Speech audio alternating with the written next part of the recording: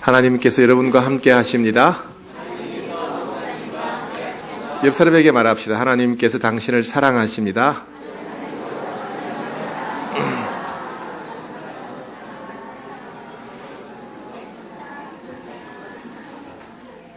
네, 우리 3부 호산나 찬양대가 최근 들어 오늘 제일 많이 나오신 것 같네요. 30명이 넘게 나오셨어요. 좀 더 귀해 보이고 더 열심을 내었으면 좋겠습니다. 하나님께서 기쁘게 받으신 줄 믿습니다. 네. 작년에 유행했던 노래 중에 요즘도 유행하죠. 백세 인생이라는 노래가 있죠. 많이들 아시죠? 이 가사가 너무 재미있습니다. 60세에 저 세상에서 나를 데리러 오거든 아직은 젊어서 못 간다고 전해라. 70세에 저 세상에서 나를 데리러 오거든 할 일이 아직 남아서 못 간다 전해라. 80세에 저 세상에서 나를 데리러 오거든 아직은 쓸만해서 못 간다 전해라. 90세에 저 세상에서 나를 데리러 오거든 알아서 갈 테니 재촉하지 말라 전해라. 100세에 저 세상에서 나를 데리러 오거든 좋은 날 좋은 시에 간다고 전해라. 아리랑 아라리요 아리랑 고개를 또 넘어간다. 80세에 저 세상에서 또 데리러 오거든 자존심 상해서 못 간다 전해라. 90세에 저 세상에서 또 데리러 오거든 알아서 갈 텐데 또 왔냐고 전해라. 100세에 저 세상에서 또 데리러 오거든 좋은 날 좋은 시를 찾고 있다 전해라. 아리랑 아리랑 아라리요 우리 모두 건강하게 살아요. 제가 가사를 더했습니다. 날씨가 아무리 추워도 홍익교회 주일 예배 간다고 전해라. 친구들이 놀러 가자 하거든 사랑방 모임 가야 한다 전해라. 네. 이 백세 인생이라는 노래는 1995년에 김종환 씨라고 하는 사람이 지은 노래랍니다. 오래됐죠. 20년 전에 지은 노래고 본격적으로 부른 것은 2001년에 이예란 씨가 불렀는데 전혀 주목을 받지 못한다고 합니다. 그런데 최근에 전국적으로 선풍적인 인기를 끌고 있고 특히 어르신들이 좋아하는 그런 노래가 되었습니다.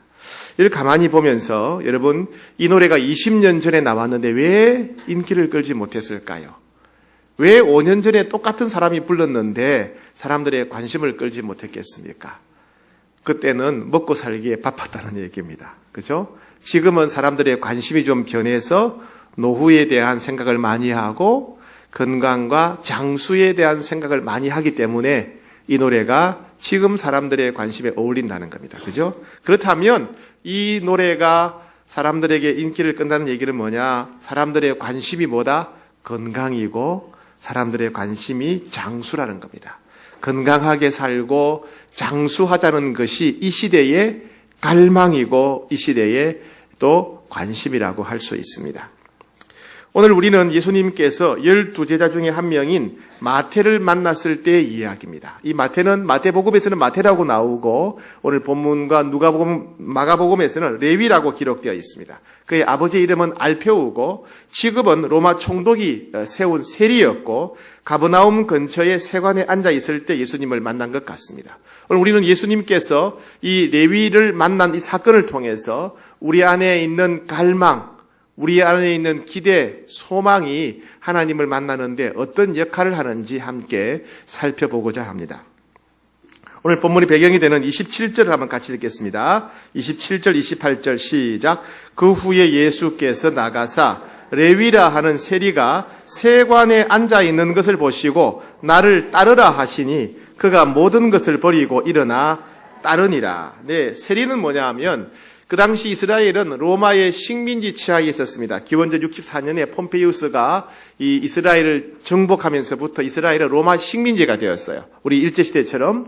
그런데 로마 총독이 세금을 걷을 때 어떻게 걷냐 하면 이제 세리라고 하는 사람을 세웁니다. 세금 걷는 사람을 임명해요. 임명해서 1인당 10,000원씩 세금을 걷어 오시오 그럽니다. 그럼 1인당 10,000원씩 걷어오면 될 텐데 월급을 안 주는 거예요. 세금 걷는 사람, 세리한테. 그럼 어떻게 합니까? 이 세리들이 세금을 걷는데 세금이 1인당 10,000원이면 한 30,000원, 40,000원씩 걷는 겁니다. 그래가지고 30,000원, 40,000원 걷으면 10,000원은 로마 총독에게 주고 20,000원, 30,000원은 자기 호주머니에 넣어버리는 겁니다. 자, 그렇게 하면서 이제 부자가 되죠. 이 세리들은 부자가 되지만은 주변에 많은 사람들로부터 국민들로부터는 지탄의 대상이 되었죠. 이스라엘을 지배하는 로마의 하수인이고 대리인이고 또 국민들의 민족의 피를 빨아먹는 사악한 인간들로 취급받았습니다. 그래서 배신자로 낙인 찍혔고 경멸의 대상이고 배척의 대상이었습니다. 그래서 이 당사자뿐만 아니라 그 가족들까지 주변 사람들로부터 미움과 경멸을 받았습니다. 그리고 사람들은 어떻게 생각하냐면 이 세리들은 아무리 회개해도 절대로 구원받을 수 없는 사람으로 간주할 정도로 아주 악한 사람의 상징이 세리였습니다. 하지만 또 한편으로 생각해 보면 세리의 마음은 어떠했겠습니까? 주변에 친구들이 아무도 없지 않겠습니까? 아무도 대화하려고 하는 사람이 없어요. 그러니까 늘 외로웠죠. 이 세리들의 마음은 늘 외롭습니다. 혼자 살아가는 거예요. 그리고 여차하면 이 이스라엘 사람들이 세리들을 칼로 찌르거나 세리들의 집에 불을 질러버립니다. 그러니까 늘 두려움에 떨지요. 늘 두려움에 떨고 거절감과 배신감에 시달리게 되고 가족들의 상처와 아픔도 심했습니다. 아마 가족들은 이렇게 말했을 것입니다. 제발 가난해도 좋으니까 좀 떳떳하게 삽시다. 빌어먹어도 좋으니까 제발 얼굴 좀 들고 삽시다. 아마 가족들은 이렇게 말했을 것입니다. 그런 세리였던 레위를 예수님께서 만나시고 나를 따르라 이렇게 말씀하시니까 레위가 모든 것을 버려두고 일어나서 예수님을 따랐다는 것입니다. 모든 것을 버려뒀다는 말은 뭡니까? 세리라는 직업을 버렸다는 것이고 많은 재산, 앞으로 돈을 벌 수 있는 기회를 다 버렸다는 얘기입니다. 왜? 예수님을 만나고 예수님을 따라가는 것이 가장 복되니까, 예수님을 믿고 따르는 것이 가장 행복하니까 따라갔다는 이야기입니다. 자, 그런데 여기서 그치지 않고 이 세리였던 레위는 큰 잔치를 열게 됩니다. 오늘 본문 29절 말씀을 한번 같이 읽겠습니다. 29절 시작. 레위가 예수를 위하여 자기 집에서 큰 잔치를 하니 세리와 다른 사람이 많이 함께 앉아 있는지라. 자, 세리는, 레위는 자기 집에서 큰 잔치를 열었는데 첫 번째 잔치를 열 목적은 뭐냐면 예수님께 너무 감사해서 자기를 만나주시고 불러주신 예수님, 새 인생을 살게 하신 예수님께 감사해서 예수님에 대한 감사의 마음, 존경의 마음을 표현하기 위해서 잔치를 열었습니다. 두 번째 잔치를 연 이유는 뭐냐면 친구들을 위해서 잔치를 열었어요. 레위의 친구들은 주로 누구겠습니까? 다 직업이 뭐겠죠? 다 세리였어요, 세리. 그죠? 세리 외에는 친구가 없으니까. 그러니까 레위의 친구들은 전부 다 세리들이었습니다. 이 세리들을 초청했습니다. 왜요? 자기 친구들에게 예수님을 소개하고 싶어서. 친구들아, 여기에 진짜 길이 있다. 이 예수님은 우리를 아무도 거절하지 않으시고 우리를 살아게 주는 분이시다. 이 예수님은 우리의 인생을 하나님 안에서 행복하게 살도록 도와주는 분이시다. 친구들에게 예수님을 소개하고 싶어서 잔치를 열었습니다. 또 이 레위는 예수님에게 친구들을 소개하고 싶었을 것입니다. 예수님, 이 친구들은 저와 같이 예수님이 꼭 필요한 사람입니다. 마음에 너무나 많은 상처가 있는 사람들입니다. 돈이 많지만은 사는 것이 사는 것 같지 않은 사람들입니다. 예수님, 저를 위로해 주시고 제게 새 인생을 주셨듯이 이들도 좀 위로해 주시고 이들에게 새 인생을 주십시오. 그런 마음으로 잔치를 열었던 것입니다. 그러니 그 잔치의 분위기가 어떠했겠습니까? 예수님을 만났을 때 그 세리들은 얼마나 마음에 감동이 되었겠습니까? 아, 이분은 우리를 경멸하지 않으시구나. 이분은 우리를 내치지 않으시구나. 이분은 우리에게 손가락질하거나 저주하는 분이 아니구나. 이분은 우리를 있는 모습 그대로 받아주시고 사랑해 주시는구나. 우리가 새롭게 살 수 있도록, 새 인생 살 수 있도록 도와주는 분이구나. 그 사실을 알았을 때 그들은 얼마나 큰 기쁨을 누리고 감동을 누렸겠습니까? 그래서 그 잔치는 감동의 잔치였고 감사의 잔치였고 기쁨의 잔치였을 것입니다. 이게 바로 우리가 하는 홍익교회가 하는 사랑방 초청잔치의 원조지요, 원조. 그죠? 그래서 사랑방 초청잔치를 처음 시작한 사람은 레위, 마태라고 할 수 있겠습니다. 자, 그런데 이때 불청객들이 끼어듭니다. 자, 30절 같이 읽겠습니다. 시작. 바리새인과 그들의 서기관들이 그 제자들을 비방하여 이르되 너희가 어찌하여 세리와 죄인과 함께 먹고 마시느냐. 바리새인과 세리들이 예수님을 비판하기 시작합니다. 이 바리새인은 어떤 사람이냐 하면 율법을 문자대로 지키려고 무한히 애쓰는 사람들이에요. 그래서 이 사람들은요, 바리새인들은 자기 행동이 항상 옳다고 믿는 사람이에요. 자기 행동이 항상 바르다고. 그런 사람들 있죠? 나는 법 없이도 살 수 있다. 나는 법 없이도 살 수 있다는 사람들이 바리새인들이에요. 그럼 서기관들은 뭐 하는 사람이냐? 옛날에는 인쇄술이 발달하지 않았으니까 성경을 전할 때 성경을 다 손으로 뺏겨 써서 전했습니다. 성경을 뺏겨 쓰고 필사하고 그걸 연구하고 성경을 통째로 암송하는 사람들이에요. 이 사람들은 자기 생각은 항상 옳다고 생각해요. 왜? 성경을 암송하고 있으니까. 성경을 연구했으니까. 이 바리새인들은 자기 행동이 항상 옳다고 믿었고 이 서기관들은 자기 생각이 항상 옳다고 믿는 이런 사람들이에요. 이 사람들이 볼 때 세리들과 함께 식사하고 계신 예수님이 이해가 안 되는 겁니다. 이해가 안 되는 거예요. 아니 어떻게 저 세리들하고 함께 식사하느냐는 겁니다. 유대인들은 식사를 굉장히 중요하게 여겼습니다. 비서들이 누워서 식사하기 때문에 상대방이 날 공격할 수가 있어요. 그래서 유대인들은 식사할 때 이 사람을 전적으로 믿을 때만 식사했습니다. 이 사람이 절대로 나를 공격하거나 배신할 가능성이 없다고 생각하는 사람들하고만 식사했어요. 즉 가족들이나 가족과 같은 이웃, 형제 같은 친구들하고만 식사했습니다. 그래서 함께 식사한다는 얘기는 나는 이 사람을 전적으로 믿는다. 이 사람은 내 가족이다. 이 사람은 내 형제다. 이런 뜻입니다. 그러니 예수님과 제자들이 그 천인 공노할 세리들하고 같이 식사하니까 어떻게 세리들을 가족같이 여기느냐, 어떻게 세리들을 형제같이 여기느냐, 이렇게 비판하고 따지고 나선 것입니다. 여기에 대해서 예수님께 답을 하시는 것이 31절과 32절인데 먼저 31절 한번 읽어보겠습니다. 시작. 예수께서 대답하여 이르시되 건강한 자에게는 의사가 쓸데없고 병든 자에게라야 쓸데있다. 네, 예수님 말씀 이런 말씀이에요. 나는 의사로서 찾아왔다. 나는 마음이 영혼이 병든 사람을 치료하는 의사로 찾아왔다. 그런데 자기 자신이 스스로 마음과 영혼이 병들었다고 생각하는 사람은 나에게 찾아와서 치료를 받는다. 이 말씀이죠. 무슨 말씀입니까? 레위와 세리들은 마음이 병든 사람, 영혼이 병든 사람이에요. 왜요? 열등감 때문에, 수치심 때문에, 거절감 때문에, 외로움 때문에, 절망감 때문에 마음이 병든 사람이에요. 하나님마저도 자신들을 사랑하지 않는다고 생각할 때 영혼이 병든 사람이, 이 마음과 영혼이 병든 사람들은 자기들의 마음과 영혼을 치료받고 싶어서 예수님께 나온 거예요. 그래서 예수님은 그들의 마음과 영혼을 치료해 주셨습니다. 그죠? 그런데 바리새인과 서기관들은 자기들이 항상 바르다고 생각하니까 예수님 필요 없는 거예요. 자기들은 건강하다고 생각하고 예수님 필요로 하지 않아요. 오히려 예수님을 무시했죠. 그들의 문제는 해결되지 않았습니다. 자, 32절 시작. 내가 의인을 부르러 온 것이 아니요 죄인을 불러 회개시키러 왔노라. 자, 예수님 오신 목적은 뭐냐면 인류의 죄의 문제를 해결하러 오셨어요. 그래서 죄의 문제를 해결하러 오신 예수님 앞에 자기 자신이 죄인임을 인정하고 내가 죄인입니다. 내 죄 때문에 괴로워하고 내 죄를 해결하고자 예수님을 찾아온 사람들은 죄의 문제가 해결되는 겁니다. 그래서 이 레위와 세리들은 자기들이 죄인이니까 죄 때문에 괴로워하고 양심의 가책을 느끼다가 예수님께 찾아와서 죄를 용서받고 죄가 해결되는 은혜를 누리게 되었지요. 그런데 이 바리새인들과 서기관들은 자기 행동이 항상 옳다고 생각하는 겁니다. 자기 생각이 항상 바르다고 생각하는 겁니다. 그러니 예수님의 필요가 없지요. 예수님을 경멸하고 무시하고 예수님을 비판하게 됩니다. 즉 바리새인과 서기관들의 죄는 해결되지 않았다고 볼 수 있습니다. 자, 그렇다면 여러분, 둘 중에서 누가 더 복된 자입니까?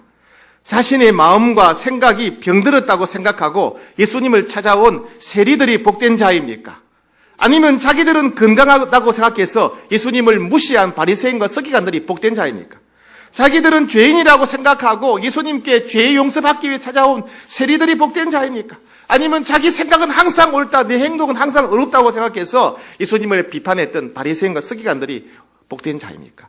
여러분 명백하지 않습니까? 그죠? 예수님을 찾아온 자들이 복된 자이지요. 예수님을 찾아와서 치료받기를 원하고 위로받기를 원하고 죄 씻기를 원하는 사람들이 복된 자. 예수님을 만나고자 하는 갈망이 있는 사람, 다른 말로 영적 갈망이 있는 사람들, 즉 세리들이 복된 자들이라는 겁니다. 예수님을 만나고자 하는 마음, 영적 갈망이 있는 사람들이 복된 사람이에요. 예수님은 우리의 몸과 마음과 영혼을 치료하는 분이십니다. 그래서 예수님께 나와서 예수님의 치료를 받기를 원하고 예수님의 위로받기를 원하는 사람, 즉 영적 갈망이 있는 사람들은 복된 사람이에요. 그 사실을 알지 못하고 나는 건강하다, 나는 아무 문제 없다는 사람들은 재앙이 임한 사람들이죠. 왜요? 예수님을 찾지 않기 때문에 그렇습니다. 예수님은 우리의 죄를 용서하기를 원하십니다. 예수님만이 우리의 죄를 용서하는 분이십니다. 내가 죄인임을 깨닫고 죄가 죄 때문에 하나님을 만날 수 없음을 알고 죄 때문에 내 인생이 불행한 줄 알고 예수님을 만나고 예수님을 만나서 죄의 문제를 해결하고자 하는 사람, 예수님을 만나고자 하는 영적 갈망을 가진 사람은 복된 사람입니다. 그렇죠? 그러나 자기가 죄인 줄 알지 못하고 자기가 자기 속에 있는 죄를 해결할 생각이 없는 사람들, 그런 사람들은 정말 불쌍한 사람들이라고 할 수 있죠. 그렇죠? 예수님은 우리 앞길을 인도하시고 우리를 도와주는 분이십니다. 그래서 예수님께 나와서 예수님 저를 좀 도와주십시오. 예수님 제 앞길을 인도해 주십시오. 이렇게 구하는 사람은 복된 사람이에요. 예수님을 향한 영적 갈망 있는 사람은 복된 사람. 왜? 그렇게 부르짖는 자에게 반드시 도와주시고 인도하시기 때문에 그렇습니다. 그런데 나는 생각이 항상 바르니까, 나는 항상 행동이 바르니까 내 인생은 내가 책임질 수 있어. 이런 사람들은 예수님을 향한 갈망이 없습니다. 예수님을 사모하지 않죠. 그런 사람들은 재앙이라고 할 수 있죠. 그렇죠? 여러분, 우리나라 사람들 가운데, 국민들 가운데 사망 원인 1위는 흔히 암이라고 하지요. 암. 한국인이 잘 걸리는 암 6대 암이 있습니다. 위암, 그 다음에 간암, 남성 사망률 1위가 간암이랍니다. 폐암, 그 다음에 대장암, 유방암, 자궁암, 여성 사망 1위는 자궁암이라고 합니다. 현대의학은 이 어떤 암이든지 간에 조기 발견하기만 하면 치료가 가능하다는 겁니다. 검사하면 되는데 검사를 안 할 때는 어떻게 해야 되겠습니까? 스스로 느껴야죠. 그걸 자각정세라 그러죠. 자각정세. 내가 아픈갑다. 자각정세가 있으면 빨리 병원 가면 됩니다. 그런데 문제는 뭐냐면 이 대장암이나 위암이나 간암이나 췌장암, 소화기관의 암들은 자각정세가 거의 없다는 게 문제라는 겁니다. 나중에 몸이 이상이 있어 찾아가면 이미 늦었어요. 손 쓸 수 없을 만큼 늦어져 버린다는 겁니다. 죽음에 이르는 심각한 암에 걸렸는데 아무런 자각정세가 없어서 의사를 찾지 않는다면 그건 재앙이지요. 통증을 느끼지 않는다면, 내가 암에 걸렸는데 통증을 느끼지 않는다면, 내 몸에 이상이 없고 식감을 느끼지 못한다면 그건 복이 아니라 재앙입니다. 그렇지요? 병에 대한 자각정세가 없다면 그건 재앙이에요. 왜요? 병을 키우게 되니까. 치료할 기회를 놓치게 되기 때문에 그렇습니다. 마찬가지입니다. 내 마음이 병들었는데, 내 영혼이 병들었는데 내 마음을 치료하고자 하는 갈망이 없다면, 내 영혼을 치료하고자 하는 갈망이 없다면 그것은 그 사람에겐 재앙이라는 겁니다. 재앙. 아무리 예배를 드리고 기도하고 찬송해도 하나님을 만나고자 하는 갈망이 없고, 나는 하나님 꼭 만나야 되겠습니다, 하나님 제 문제를 해결해 주십시오라고 하는 영적 갈망이 없다면 그 사람에게는 재앙이에요. 아무리 찬송을 해도 예수님을 만나고자 하는 영적 갈망이 없다면 재앙입니다. 아무리 기도를 해도 주님의 도우심과 인도하심을 구하는 갈망이 없다면 재앙이라니까요. 아무리 설교를 들어도 주님이 치료해 주시고 도와주시기를 구하고 소원하는 갈망이 없다면 그 예배는 재앙이라고 할 수 있습니다. 성경 곳곳에서 영적 갈망을 가진 자가 복되다고 주님이 반복해서 강조하셨습니다. 구하는 이마다 받을 것이다. 찾는 이는 찾아낼 것이다. 두드리는 이에게는 열릴 것이다. 주님이 약속하셨습니다. 그죠? 네가 마음을 다하고 뜻을 다하여 그를 찾으면 만나리라. 하나님 만난답니다. 만난다. 네가 치료하고자 하면 치료받을 것이고, 위로받고자 하면 위로받을 것이고, 힘을 얻고자 하면 힘을 얻게 될 것이고, 인도받고자 하면 인도받게 될 것이다. 네가 살고자 하면 살게 될 것이다. 그런 말씀이죠. 네? 너는 내게 부르짖으라. 내가 내게 응답하겠고 네가 알지 못하는 크고 엄밀한 일을 내게 보이리라. 이 성읍을 치료하여 고쳐 낫게 하고 평안과 진실이 풍성함을 그들에게 나타낼 것이다. 주님이 약속하셨어요. 누구든지 예수님께 나아오는 사람은 반드시 예수님 만나게 된다. 누구든지 예수님을 만나고자 갈망하는 사람, 영적 갈망을 가진 사람은 반드시 응답받게 된다. 약속하셨습니다. 요즘 한국 교회를 걱정하는 많은 사람들은 한국 교회가 심각한 위기에 빠졌다고 말합니다. 교인들의 출석 숫자가 급격히 감소하고 있습니다. 헌금 액수가 급격히 줄어들고 있습니다. 우리 교단의 교회 학교가 50%가 사라져버렸습니다. 청년부는 더 심각하게 무너져버렸습니다. 전도도 거의 되지 않고 있습니다. 그러나 한국 교회의 진짜 위기는 성도의 감소나 혹은 헌금 액수의 감소가 아닙니다. 한국 교회의 진짜 위기는 영적 갈망이 사라져 버렸다는 것입니다. 옛날에는 교회마다 늘 철야 기도가 연이어 계속되었고 모일 때마다 박수를 치며 모임이 뜨거웠습니다. 전국 곳곳의 기도원마다 사람들이 차고 넘쳤습니다. 여기저기서 금식하는 사람, 주님을 위해서 헌신하는 사람, 자기 재산을 바쳐 헌금하는 사람들이 줄을 이었습니다. 그런데 이제는 이런 모습이 연기처럼 사라져버렸습니다.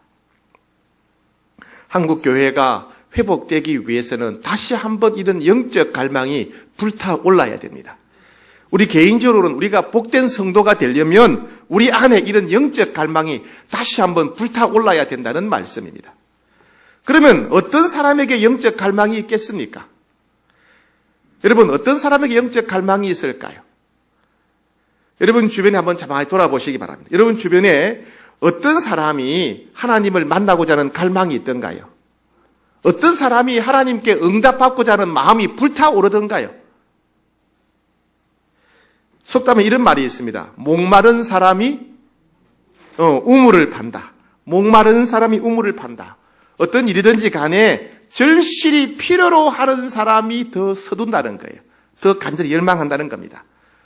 내 상황 때문에, 내 형편 때문에 하나님을 꼭 만나야 되겠다.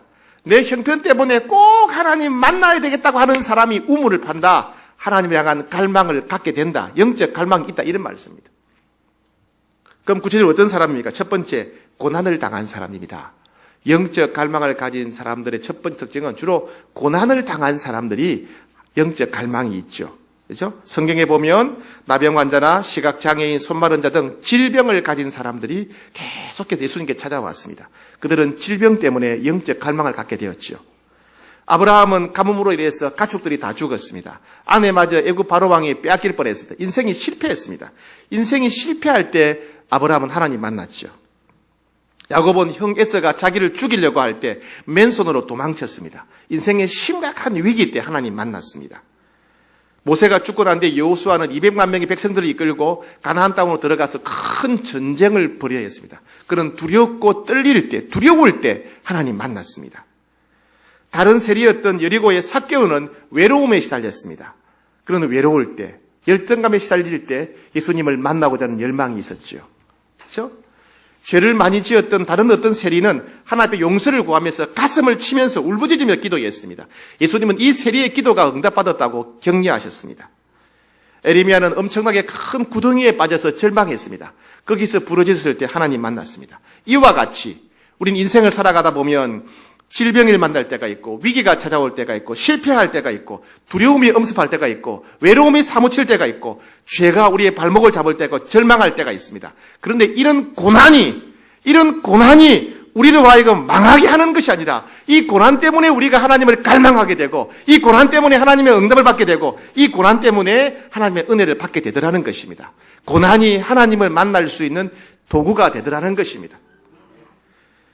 사도 바울은 자기 안에 있는 심각한 문제를 가시라고 표현했습니다. 이 가시를 제거해달라고 하나님께 여러 차례 기도했습니다. 그런데 하나님은 그 가시를 제거해 주지 않으셨습니다. 바울은 깨달았습니다. 이 가시가 오히려 자기에게 축복의 통로가 된다는 걸 깨달았어요. 왜요? 이 가시 때문에 괴로우니까 더 하나님께 기도하게 되고 이 가시 때문에 하나님을 만나고자 하는 영적 갈망이 생기게 되고 이 가시 때문에 자기가 복을 받게 되었다는 것입니다. 사랑하는 여러분, 여러분들이 어떤 고통이 있습니까? 어떤 분은 질병 때문에, 어떤 분은 사업의 실패 때문에, 경제적인 어려움, 위기 때문에, 혹은 가족 관계가 깨어져서, 때로는 두려워서, 때로는 열등감 때문에, 때로는 외로움 때문에, 때로는 죄 때문에 고통당하는 분이 많을 줄 압니다. 여러분, 그 고통이 우리를 하여금 하나님을 만나고자 하는 영적 갈망의 바탕이 되어야 됩니다. 그렇다면 그 고통은 하나님을 만날 수 있는 기회가 될 수 있습니다. 혹시 우리는 고통 때문에 오히려 하나님을 원망하고 하나님 불신하고 마음을 닫거나 있지 않은지 돌아봐야 되겠습니다. 두 번째입니다. 영적 갈망이 있는 사람 두 번째는 누구냐 하면 과거의 은혜를 맛본 자입니다. 여러분 이런 말이 있어요. 고기도 고기도 먹어본 사람이 잘 먹는다 혹은 많이 먹는다. 잘 아시네요. 유명한 말인데. 고기도 먹어본 사람이 잘 먹는다. 많이 먹는다. 무슨 일이든지 간에 한번 경험한 사람이 더 잘한다는 것입니다. 내가 과거에 말씀을 통해서 한번 은혜를 받아본 사람은, 말씀을 통해 은혜를 맛본 사람은 말씀을 더 간절히 사모하게 됩니다. 내가 기도 응답을 받아본 사람은 더 확신을 갖고 더 간절히 기도하게 된다는 겁니다. 내가 찬양하다가 하나님을 만난 적이 있는 사람은 찬양할 때마다 더 마음과 정성을 다해서 찬양하게 된다는 것입니다. 그래서 은혜를 이미 과거에 맛본 사람들이 영적 갈망이 있더라는 겁니다. 혹시 여러분 과거에 받았던 은혜는 잊어버리고 그 갈망이 식어버린 게 아닌지 돌아봐야 되겠습니다. 세 번째, 영적 갈망인 사람은 다른 사람들의 고통을 자기 고통으로 받아들이는 사람이에요. 다른 사람들의 고통을 자기 고통인 것처럼 아파하는 사람들이 영적 갈망이 있더라는 것입니다. 모세는 이스라엘 백성들이 하나님을 버리고 금송아지를 숭배했을 때 백성들 대신해서 하나님 앞에 눈물로 기도하다가 하나님의 놀라운 은혜를 경험했습니다. 느헤미야는 조상들이 지은 죄를 자기 자신의 죄인 것처럼 회개하다가 하나님의 엄청난 기적을 체험했습니다. 바울은 갈라디아 교회, 에베소 교회, 빌립보 교회, 골로새 교회, 고린도 교회, 다른 교회 성도들에서 눈물로 기도하다가 신비한 은혜를 맛보았습니다. 마태는 자신의 동료 세리들을 초청해서 큰 잔치를 열었다가 예수님의 놀라운 사랑과 은혜를 깨닫게 되었습니다. 이와 같이 자신의 문제는 물론 다른 사람들의 문제를 위해서 간절히 기도하다가 하나님을 체험하는 경우가 많습니다. 부모님들은 방황하며 속썩이는 자녀들을 위해서 눈물로 기도하다가 하나님의 특별한 은혜를 체험하게 되지요. 사랑방 지기는 사랑방 식구들과 그 가족들을 위해 기도하다가, 교사들은 자신이 맡은 아이들을 위해 간절히 기도하다가 하나님의 놀라운 사랑과 은혜를 체험하게 됩니다. 그렇다면 내 주변에 있는 사람들의 고통은 내 안에 있는 영적 갈망의 또 도구가 될 수 있다는 겁니다. 사랑하는 여러분, 여러분들은 기도 제목 외에 다른 사람들의 기도 제목을 놓고 간절히 기도하고 있습니까? 그렇다면 여러분들은 복된 자입니다. 네 번째는요, 누가 영적 갈망이 있느냐? 사명을 받은 자들이 영적 갈망이 있습니다. 에스겔과 에레미야는 하나님이 사명을 맡겨주셨을 때 자기들은 그 사명을 감당할 수 없다고 두려워했습니다. 그런데 이 문제를 놓고 기도했을 때 하나님의 신비한 은혜를 충만하게 경험하게 되었습니다. 성령 충만한 사람이 사명을 받기도 하지만은 하나님은 사명을 맡긴 자에게 성령 충만의 은혜를 주시기도 합니다. 사명이 우리로 하여금 영적 갈망을 갖게 하고 사명이 우리로 하여금 성령 충만의 복을 줄 수 있다는 겁니다. 여러분 사명을 받으셨습니까? 사명을 위해 기도하시기 바랍니다. 사명 때문에 영적 갈망을 가지셔야 돼요. 그렇다면 사명이 여러분에게 축복이 될 수 있습니다. 다섯 번째입니다. 영적 갈망 있는 사람은 누구냐? 경건의 훈련을 받은 사람들이에요. 경건의 훈련을 받은 사람. 디모데전서 4장 7절에 경건에 이르도록 네 자신을 연단하라. 육체의 연단은 약간의 유익이 있으나 경건은 범사에 유익하니 검생과 내색에 약속이 있느니라. 경건의 훈련은 내생뿐만 아니라 지금 우리가 살아가는 이 현실에도 크게 유익이 있다, 복이 있다는 것입니다. 기도를 전혀 모르던 사람들이 기도 훈련을 받게 되면 기도를 통해서 하나님을 깊이 만나게 됩니다.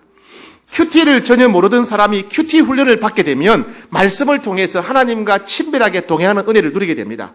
이와 같이 예배도 사랑방도 훈련받을수록 더 깊고 더 풍성한 은혜를 누리게 됩니다. 우리 교회에는 새가족 교육을 마치게 되면 1:1 양육 과정이 있고 그 다음에는 제자훈련, 그 다음에 사역훈련 과정이 있습니다. 많은 분들이 1:1 양육과 제자훈련을 통해서 하나님을 깊이 만나게 됩니다. 많은 성도님들이 1:1과 제자 양육을 통해서 자신의 인생이 변했다고 말합니다. 심지어 어떤 분들은요, 얼굴 표정까지 아름답게 빛난 모습으로 변화된 분들이 있습니다.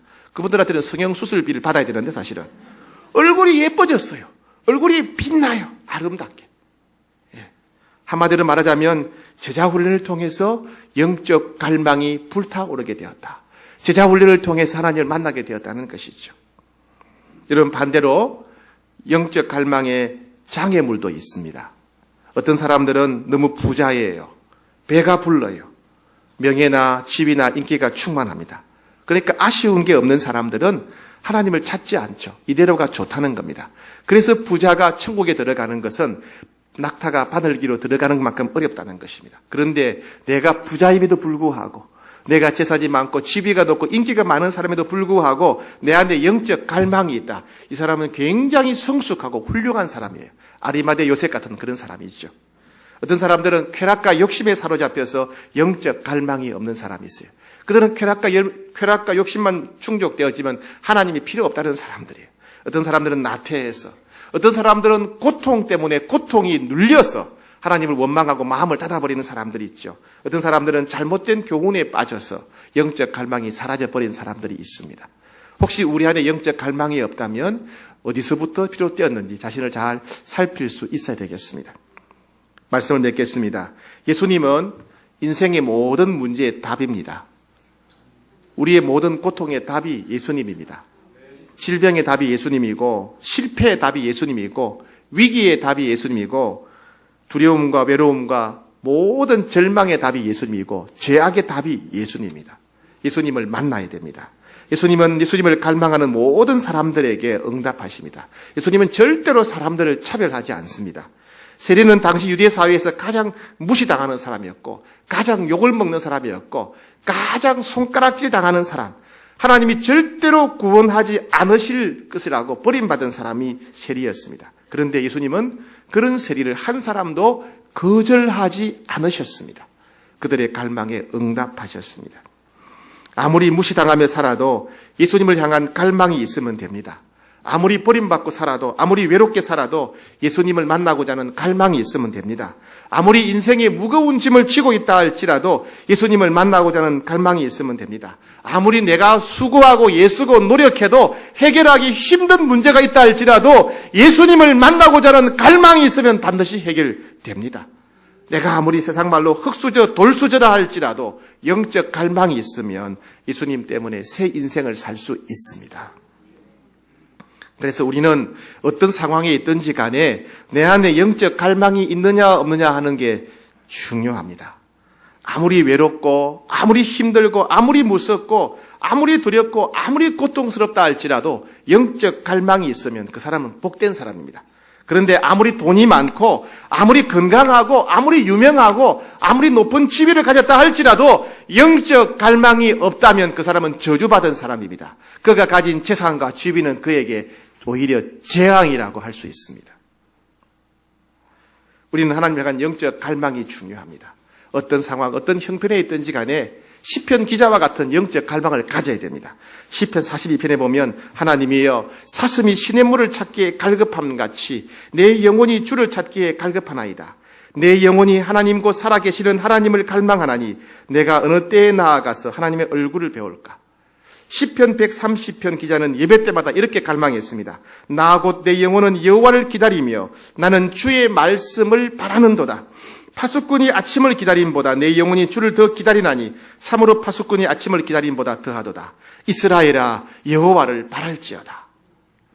여러분 주님을 사모하셔야 됩니다. 갈망하셔야 됩니다. 주님은 이렇게 말씀하셨습니다. 나를 사랑하는 자들이 나의 사랑을 입으며 나를 간절히 찾는 자가 나를 만날 것이다. 영적 갈망을 가진 자는 반드시 응답받게 된다. 영적 갈망을 가진 자는 하나님의 사랑과 은혜로 충만하게 될 것이다. 약속하셨어요. 유명한 어거스틴이 주님을 사모하는 마음으로 열심히 기도하다가 그만 잠이 들었어요. 그는 잠을 자다가 꿈속에 예수님을 만나게 됩니다.